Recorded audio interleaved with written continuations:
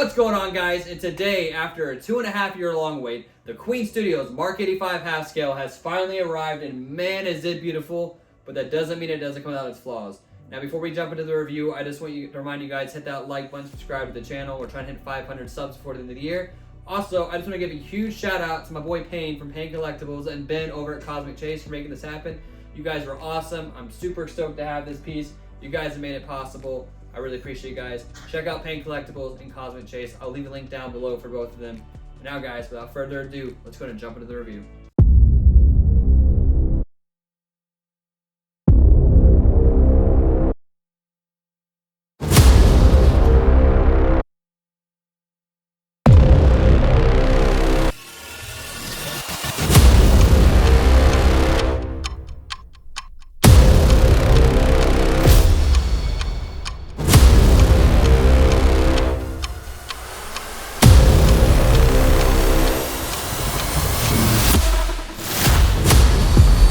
I am Iron Man.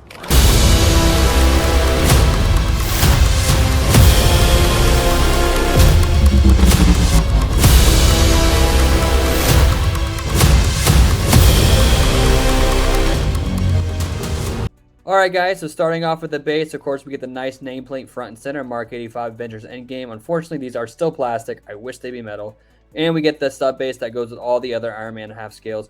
Fortunately on mine, underneath the nameplate, it does look pretty sloppy compared to the Mark 7 I had. I don't know what happened there.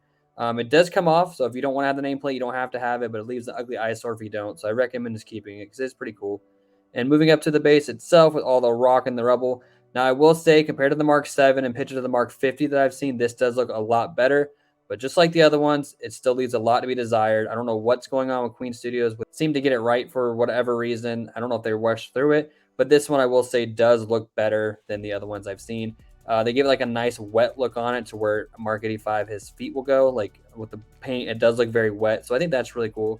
And this one, I will say, as much as this is not perfect, I do think they put a little more work into this compared to the other ones, but they do need to step it up when it comes to their rock bases because it does look very clay-like and just kind of like a bunch of goo. But nonetheless, when you're looking at this, you're not going to be looking at the base itself. It's me, the Iron Man figure, once I put it on. But for what you're paying, you would hope that they would put a little more work into it. And this one right here is actually pretty dang big. But that's the base for you guys right out of the box. Now, for those of you that like the art boxes, unlike the Mark 7 and the Mark 1, it unfortunately does not come with a crate. It comes in these two individual boxes right here, and the Mark 50 itself also comes in a bigger boxes and packaged in one. But the art boxes are nice. There was no damage to them, but unfortunately, my shipper boxes, on the other hand, they arrived pretty damaged and were soaking wet in water. When I saw that, I was really concerned that there was going to be some damages, but none behold, between all the styrofoam and the packaging, the art boxes themselves were not damaged, so I wasn't really concerned about the piece itself. So luckily, the shipper boxes did what they were supposed to do. It's just unfortunate that UPS doesn't take care of our stuff. Now, unfortunately, like the Mark 7 bus, mine arrived with all the polystone white dust all over it. I'm just throwing this in here for you guys to be cautious when you open up yours. I didn't see any damages, but Queen Studios really needs to figure out a fix for this because we can't keep receiving pieces like this.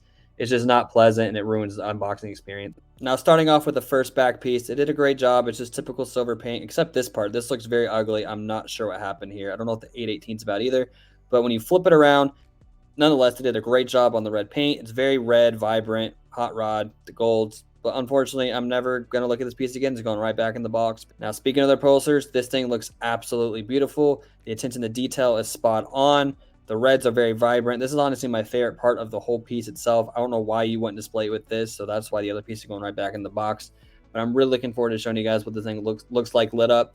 This thing, it just looks awesome, and I love the detail that they put into it. Now, to show you guys the arm before I placed it all together, they did a great job with all the golds and the reds and the silvers on this piece. Unfortunately, the arms do not light up, but luckily the hand's closed, so you're never going to see it. But again, here's some nice close-up look at all the red and the gold paint, and then all the line work they did. I think they did a great job. I'm excited to put this guy fully together. Now, when it comes to the head sculpt, I think they did an incredible job with the paintwork itself. I think it's pretty accurate to the movie. The yellows is not too bright, but the red is spot on. It's very hot rod red and very shiny, and it picks up on the camera very well. Super happy we don't have to deal with the batteries on this thing. Thank you, Queen Studios, again, for listening. Give us an AC adapter. But man, this head sculpt looks awesome. Thankfully, Queen Studios finally listened and gave us an AC adapter for this piece, so no more dealing with those annoying batteries. Now, showing you real fast what it looks like when the back repulsor is lit up on the back side of it. It still looks incredible. All the attention to detail is still there. The light up feature just brings it to a whole nother level. And man, this thing just looks awesome. This is definitely my favorite part on the entire statue. Now, to show you this guy in all of his glory, I forgot to show you guys that there's these little bob wire pieces you have to attach to the base, one to the left side, the right side, and if you can see behind his right foot, there's a little bob wire that goes there. Moving up to his legs, again, they did a great job on the red paint and also all the line work with the golds and the silvers. I think they did an incredible job. They don't seem to disappoint. Now, there's a few here and there when you get super close to the body itself that it could have been a little better, I'm not going to lie. But for the most part, when you're standing at it from a normal angle, you won't be able to tell this stuff. I think they did a phenomenal job with the red paint. And again, this light up is just incredible. Moving over to the arm, they did a great, again, with all the reds, the golds. And see, I was talking about earlier, there is no light up on the arms, but nonetheless, it still looks cool. There's so much light up going on that you honestly can't even tell. Again, moving up, so now that you can see all the repulsors lit up, this thing just looks absolutely beautiful, guys. In person, it's a whole nother level.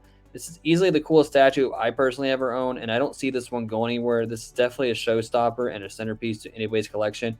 And of all the half-scale Iron Man I've seen, this is definitely my favorite one.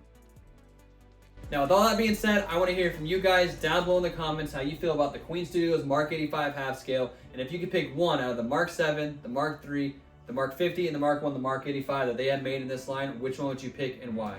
I want to hear from all you guys down below. And before you guys head out, please remember to hit that like button, subscribe to the channel. And again, I definitely appreciate you guys taking the time to check out this video. And I'll see you guys next time.